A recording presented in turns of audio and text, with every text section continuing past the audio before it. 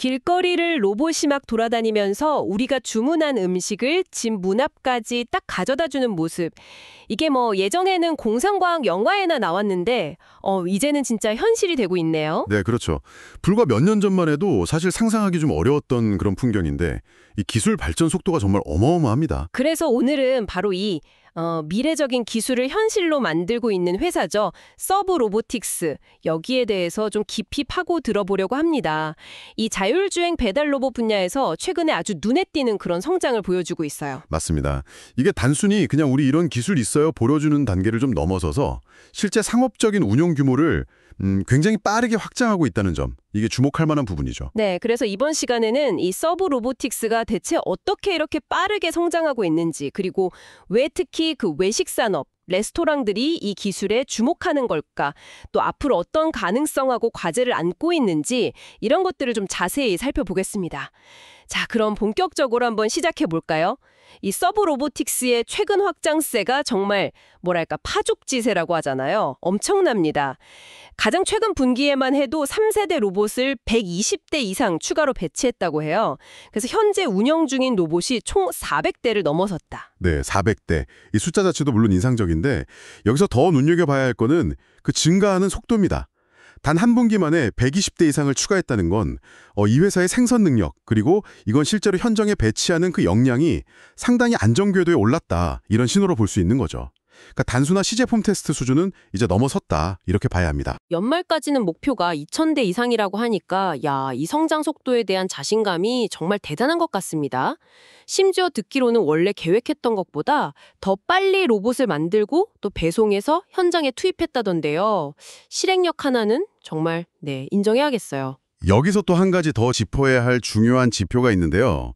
그게 뭐냐면 단순히 로봇의 총 대수가 늘어난 것뿐만이 아니라 실제로 매일 거리를 누비면서 배달 임무를 수행하는 로봇, 그러니까 일일 활성 로봇이라고 하죠. 이 수가 이전 분기 대비해서 거의 120%나 증가했다는 점입니다. 그러니까 단순히 그냥 창고에 쌓아둔 로봇 수가 아니라 진짜 매일매일 밖에 나가서 일하는 로봇 수가 2배 이상 늘었다, 이 말씀이시군요. 이거는 의미가 상당히 다른데요? 바로 그 점이 핵심입니다. 생산 능력뿐만 아니라 실제 운영 효율성까지도 계속해서 극대화하고 있다는 뜻이니까요. 그 결과로 하루에 처리할 수 있는 배달 건수, 이걸 이제 일일 공급 능력이라고 하는데 이게 165% 이상 증가했습니다. 1년 전하고 비교하면요, 약 4.5배 정도 늘어난 수치예요. 와, 1년 만에 4.5배라니 정말 이건 경이로운 성장률인데요. 물론 초기 단계라서 성장률이 좀 높게 나타날 수도 있겠지만 절대적인 규모 증가도 상당해 보입니다. 이런 성장을 뒷받침하는 동력은 그럼 어디에 있을까요? 좋은 질문이십니다. 이런 가파른 성장은 단순히 생산 라인이 잘 돌아간다, 이걸 넘어서는 의미가 있어요. 실제 시장, 특히 레스토랑들로부터 이 로봇 배달 서비스에 대한 아주 강력한 수요가 존재한다, 이걸 명확하게 보여주는 증거라고 할 수 있습니다. 기업이 수요 예측도 없이 무작정 운영 규모를 이렇게 공격적으로 늘리지는 거든요. 수요가 있으니까 공급을 확대하는 그런 선순환 구조가 이제 만들어지고 있다, 이렇게 볼 수 있겠습니다. 그리고 아까 말씀하신 그 3세대 로봇이라는 게 이런 빠른 확장에 또 중요한 역할을 하는 것 같군요. 이전 세대 로봇하고 비교해서 어떤 점이 그렇게 개선되었길래 이렇게 대량으로 배치가 가능해진 걸까요? 네, 맞습니다. 이 3세대 로봇은 중요한 기술적인 진보를 담고 있습니다.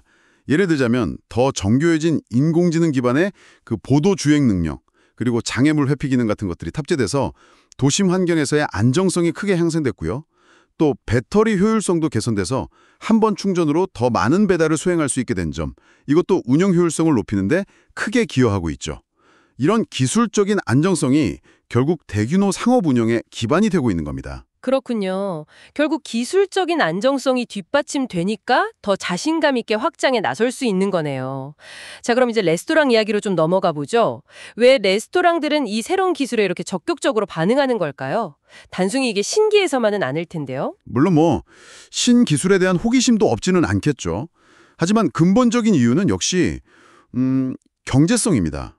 기존의 사람이 자동차나 오토바이로 배달하는 방식하고 비교했을 때 이 서브 로보틱스의 로봇 배달은 잠재적으로 훨씬 낮은 비용으로 배달 서비스를 제공할 수 있다. 이런 매력이 있는 거죠. 하긴 생각해보면 브리토 하나 배달하는데 사람이 자동차를 통째로 이용한다? 이건 여러모로 좀 비효율적으로 느껴지긴 하죠.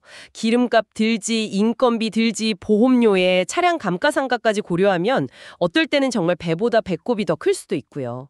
근데 이 작은 로봇들은 전기로 움직이니까 훨씬 경제적일 것 같긴 합니다. 정확히 보셨습니다. 로봇은 이제 전기 동력을 사용하니까 변동성이 큰 유류비 부담에서 좀 자유롭고요. 그리고 최근 외식업계의 가장 큰 고민거리 중 하나인 인건비 상승 압박. 여기서도 상대적으로 좀 유리한 위치에 있습니다. 물론 로봇 도입 비용이나 유지 보수 비용이 발생하겠지만 장기적인 관점에서 총 운영 비용을 계산했을 때 상당한 절감 효과를 기대할 수 있다. 이런 판단이 서는 거죠. 실제로 그 서버 로보틱스의 분기별 매출이 60% 가까이 성장했다는 점은 레스토랑들의 이런 기대감을 확실히 보여주는 지표라고 할 수 있겠네요. 이거다 싶은 마음에 적극적으로 도입을 결정하고 있다? 이런 방증이니까요. 네. 그리고 이 부분을 조금 더 넓은 시각에서 보면요. 배달 비용 절감이라는 게 단순히 레스토랑의 수익성 개선에만 머무르는 게 아닙니다. 소비자에게 미치는 영향도 상당히 클 수 있습니다. 소비자에게요? 배달비가 조금 싸지는 것 외에 또 다른 영향이 있을까요? 배달비가 만약에 획기적으로 낮아진다면 소비자가 느끼는 외식의 총체적 비용 있잖아요. 그러니까 음식 가격에다가 배달비, 그리고 시간 가치까지 다 포함한 비용, 이게 크게 내려갈 수가 있습니다. 집에서 직접 요리하는 데 드는 재료비, 또 조리 시간, 그리고 노력까지 다 감안했을 때 저렴하고 편리해진 배달 음식이 훨씬 더 강력한 대안이 될 수 있다는 거죠. 그러네요. 배달비 부담이 거의 없어진다. 그러면 오늘은 뭘 해먹지?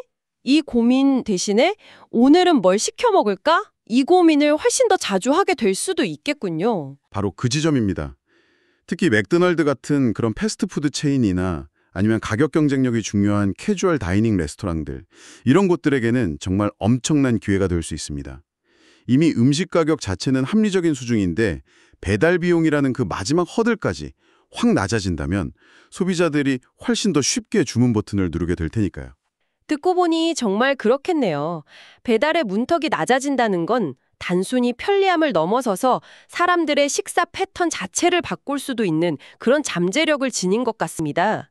어쩌면 외식 산업 전체의 규모를 더 키우는 효과까지 가져올 수도 있겠는데요. 네, 충분히 가능한 시나리오입니다.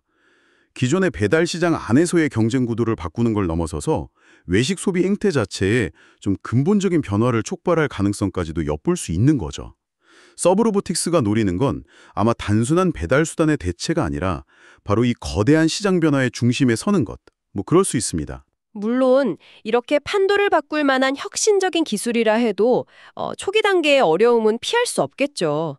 아직은 시행착오를 겪는 과정일 테니까요. 예를 들어서 음식이 엉뚱한 곳으로 배달된다거나 아니면 예상치 못한 장애물에 걸려서 로봇이 그냥 멈춰 서버린다거나 심지어는 막 넘어지는 황당한 상황까지도 발생할 수 있을 겁니다. 그렇습니다. 어떤 신기술이든 상용화 초기에는 아무래도 데이터가 부족하고 또 예측하지 못한 변수들이 발생하기 마련이죠.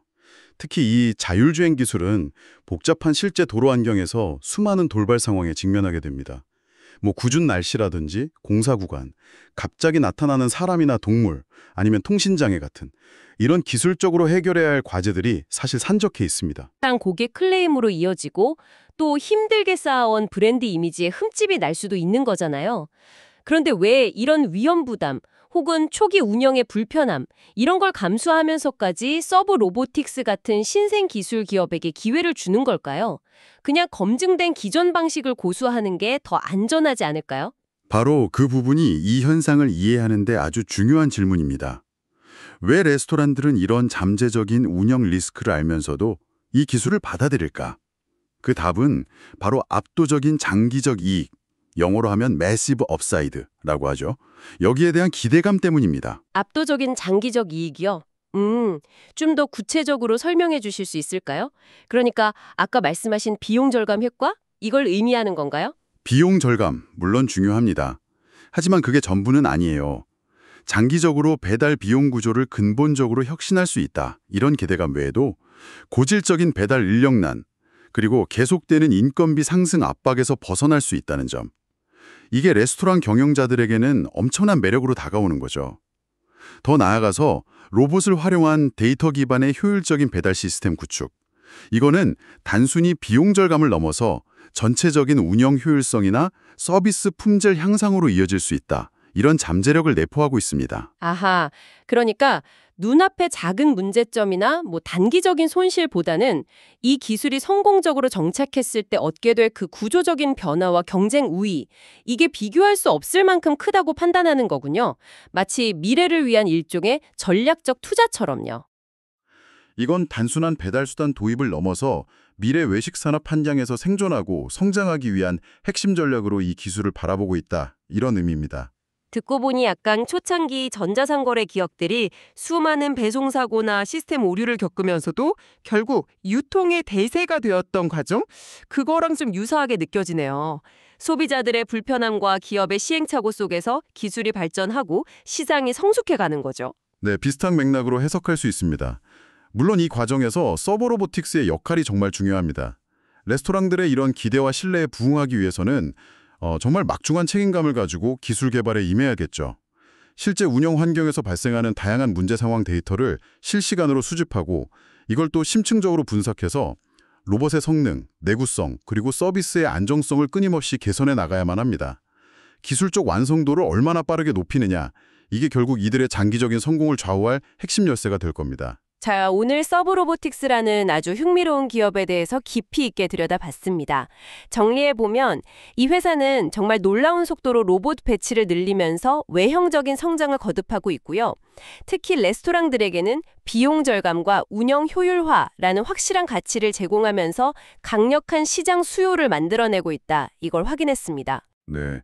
그리고 초기 기술이 필연적으로 안고 있는 여러 도전 과제들, 이런 게 있음에도 불구하고 레스토랑들이 장기적인 관점에서 이 기술의 그 압도적인 잠재력에 주목하면서 기꺼이 위험을 감수하고 있다는 점.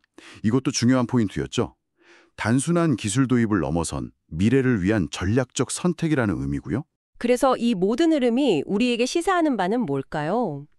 아마도 자율주행 로봇이 음식을 배달하는 풍경이 더 이상 먼 미래의 상상 속 이야기가 아니라 우리가 생각하는 것보다 훨씬 더 빠르게 우리 일상 속으로 성큼 다가오고 있다는 신호 아닐까요?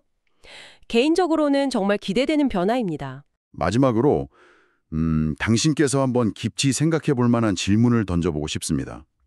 단순히 비용이 절감되고 편리해지는 것을 넘어서서 이러한 자율주행 배달 로봇의 확산이 우리가 사는 도시의 물리적인 모습, 그리고 사회 시스템에는 과연 어떤 영향을 미치게 될까요? 예를 들면 보행로나 자전거 도로의 설계 기준이 바뀌어야 할 수도 있고 로봇 통행으로 인한 새로운 안전 규정이라든지 소음 관리 방안 같은 게 필요해질 수도 있습니다. 아, 생각해보니 그러네요. 수많은 로봇들이 막 돌아다니는 거리는 지금과는 상당히 다른 규칙이나 인프라를 요구하게 될 것 같습니다. 더 나아가서 우리가 미처 예상하지 못한 방식으로 소비자의 행동 양식이나 라이프 스타일의 변화를 가져올 가능성은 없을까요? 어쩌면 음식 배달을 넘어서 식료품 구매라든지 소규모 택배, 심지어는 폐기물 수거 같은 영역까지 로봇이 담당하게 되면서 우리의 도시 생활 방식 자체가 근본적으로 재편될 수 있지 않을까요? 이런 기술 발전의 이명에 감춰진 더 넓은 사회적, 경제적, 그리고 도시계획적인 함의까지 함께 숙고해보는 것은 미래를 준비하는 우리 모두에게 상당히 의미 있는 작업이 될 것 같습니다.